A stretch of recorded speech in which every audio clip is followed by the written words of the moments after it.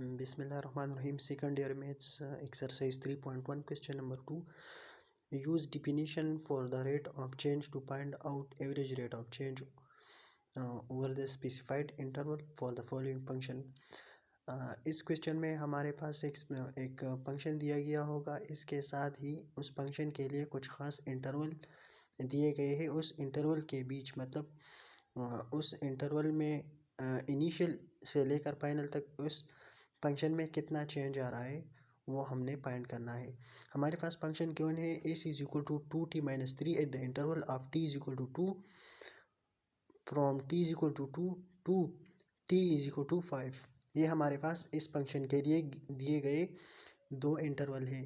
हमें इसके बीच 2 से लेकर 5 तक इस फंक्शन के लिए average rate of change find करना है। t1 हमारे पास है 2, t2 हमारे पास है 5। अब हमने डेल्टा टी को फाइंड करना है जो कि हमारे पास चेंज को जाहिर करता है। तो delta T is equal to T final minus T initial. Delta T हमारे पास आएगा 5 माइनस 2 जो कि है 3। Delta T is equal to 3। Let F of T is equal to S. हम जो है इस फंक्शन को एफ ऑफ टी के सपोज करेंगे, सो हम इसको इक्वेशन नंबर 1 का नाम देते हैं। इक्वेशन नंबर 1 के बाद हम जहाँ पर भी टी है वहाँ हम पुट करेंगे टी प्लस डेल्टा टी। तो हम इक्वेशन नंबर 1 हमारे पास बन जाएगा F of T plus delta T is equal to 2 T plus delta T minus 3। अब इस 2 को मल्टीप्लाई करते हैं तो 2t plus 2 delta T minus 3, इसे हम इक्वेशन नंबर 2 का नाम देते हैं। हमें पता है कि एवरेज रेट ऑफ चेंज हमारे पास इक्वल है F of X plus delta T minus F of X divide by delta T. यहाँ पर हमारे पास एक्स के बजाय टी आ रहा है, सो हम इक्वेशन नंबर 1 और 2 को इस 3 में पुट करेंगे। हमारे पास आता है 2t plus 2 delta T minus 3 minus into 2t minus 3 divide by delta t. अब हमने उस माइनस को मल्टीप्लाई किया तो हमारे पास आता है 2t plus 2 delta T minus 3 और मल्टीप्लिकेशन के बाद minus 2t plus 3 divide by delta T है। हमारे पास ये डेल्टा टी है। तो 2t plus 2t minus 2t के साथ कैंसिल हो जाएगा और प्लस 3 माइनस 3 के साथ कैंसिल हो जाएगा। तो हमारे पास आएगा 2 delta T divide by delta T. तो ये डेल्टा टी डोमिनेटर के साथ कैंसिल हो जाएगा, तो हमारे पास D Y by D T आएगा 2। पार्ट बी में हमारे पास फंक्शन गिवन है x square minus x plus 8 at the interval of x is equal to 2 x is equal to 3 to the interval of x is equal to 3 1। यहाँ पर हम solution start करते हैं। तो यहाँ पर x1 हमारे पास है 3, x2 हमारे पास है 3.1। हम x में चेंज फाइंड करते हैं तो delta x is equal to x2 minus x1 delta x हमारे पास आता है 3.1 माइनस 3। हमारे पास डेल्टा x की वैल्यू हमारे पास आती है 0.1। अब हम पार्ट ए की तरह ही y को हम एफ ऑफ एक्स का सपोज करते हैं। Then F of x is equal to X square minus x plus 8, इसे हम इक्वेशन नंबर 1 का नाम देते हैं। अब जहाँ पर भी x है हम वहाँ पर x plus delta X put करेंगे तो हमारे पास इक्वेशन नंबर 1 बन जाएगा F of X plus delta X is equal to X square X plus delta X whole square minus 6 into X plus delta X plus 8। इसे हम a plus B whole square is equal to A square plus B square plus 2ab के फार्मूले से expand करेंगे। यहाँ पर 6 हम multiply करेंगे, 8 अपनी जगह पर आ जाएगा। फिर हमारे पास आता है x square plus delta X square plus 2x delta X minus 6x minus 6 delta X plus 8। इसे हम इक्वेशन नंबर 2 का नाम देते हैं। अब जैसा कि हम सबको मालूम है कि D Y by D X हमारे पास आता है D Y F of X plus delta X minus F of X divide by delta X, इसे हम इक्वेशन नंबर 3 का नाम देता है। अब इक्वेशन नंबर 1 और 2 को हम इक्वेशन नंबर 3 में जब पुट करते हैं तो हमारे पास आता है D Y by D X is equal to X square plus delta X square plus 2x delta X minus 6x -6 delta X plus 8 और ये आता है एफ ऑफ एक्स जो कि x² - 6x प्लस 8 है। जब हम माइनस को इसके साथ मल्टीप्लाई करते हैं तो हमारे पास कुछ ऐसा आता है जो x² plus delta x² plus 2x delta x -6x delta x plus 8 -x² plus delta x -8।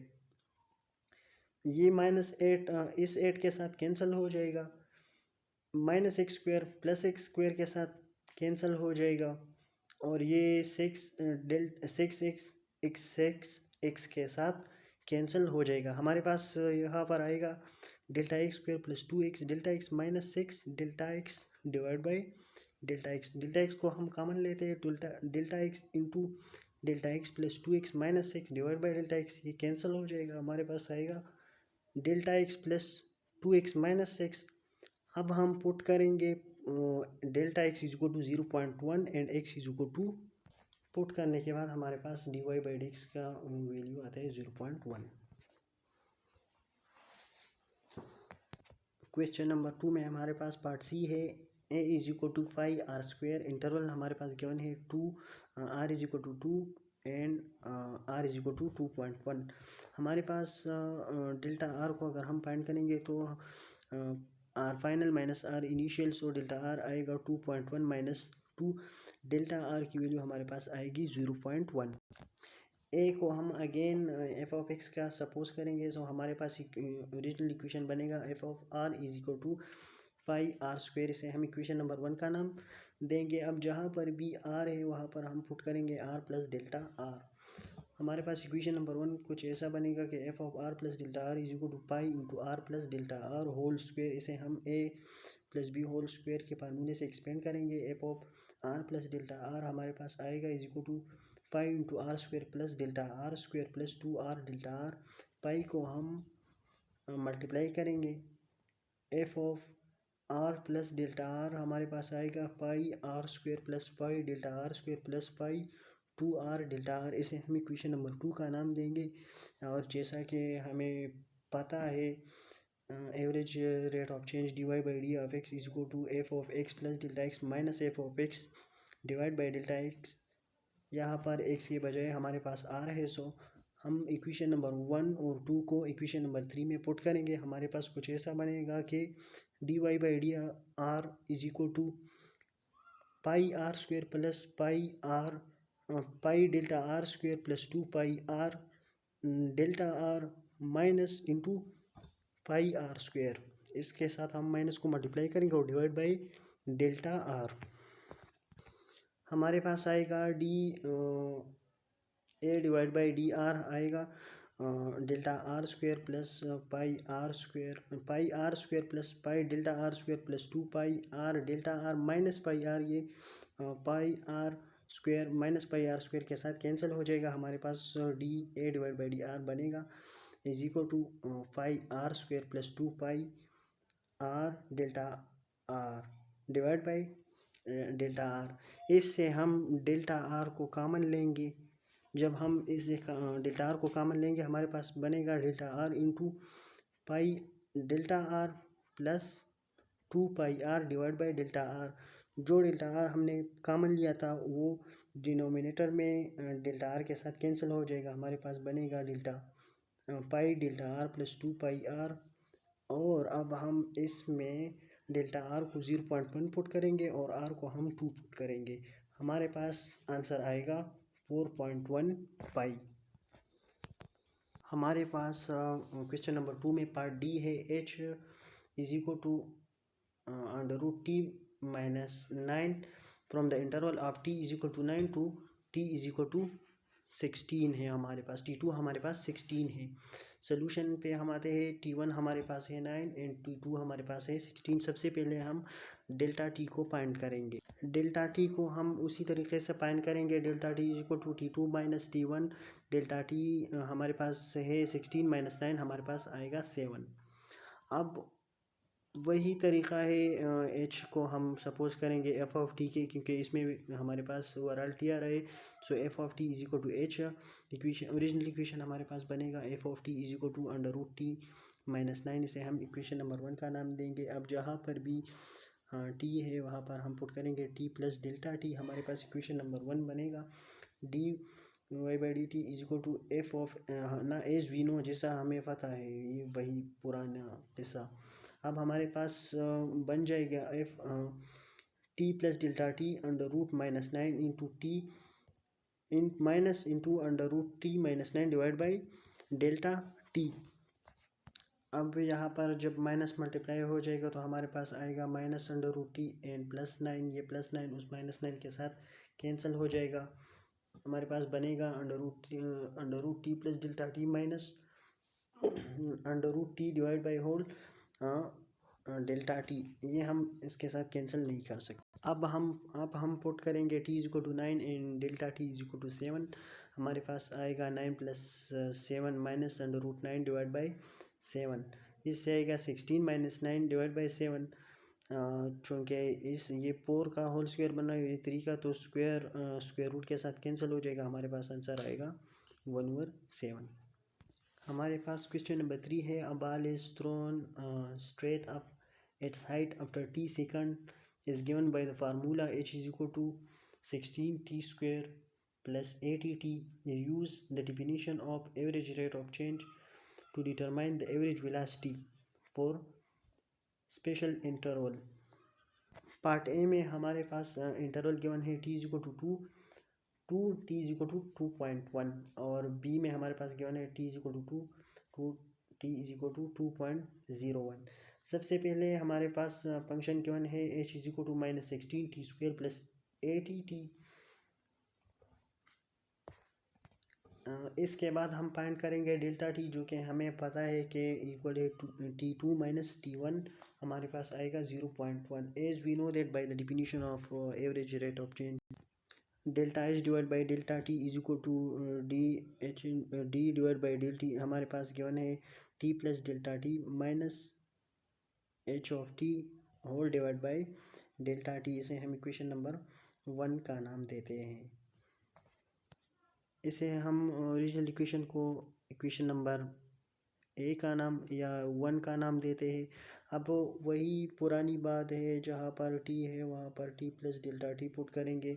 जब हम पुट करेंगे तो इस सिंप्लीफिकेशन के बाद हमारे पास आएगा -16t square -16 delta T square -32t delta T plus 80t plus 80 delta t, इसे हम इक्वेशन नंबर बी का नाम देंगे। अब इस इक्वेशन को और इस इक्वेशन को हम इस इक्वेशन में पुट करेंगे तो हमारे पास कुछ इस तरह आएगा। अब यहाँ पर हम जब माइनस को मल्टीप्लाई करेंगे तो ये बनेगा 16t स्क्वायर -18t, ये कैंसिल हो जाएगा। जहाँ पर ये प्लस 16t बन जाएगा तो ये माइनस के साथ कैंसिल हो जाएगा, ये -80t बन जाएगा, ये इस प्लस 80t के साथ कैंसिल हो जाएगा। इसके बाद हम इससे डेल्टा टी को कॉमन लेंगे। जब कॉमन लेंगे तो नीचे डिनोमिनेटर में जो डेल्टा टी है उसके साथ कैंसिल हो जाएगा। हमारे पास बनेगा 16 -16 डेल्टा टी 32t प्लस 80।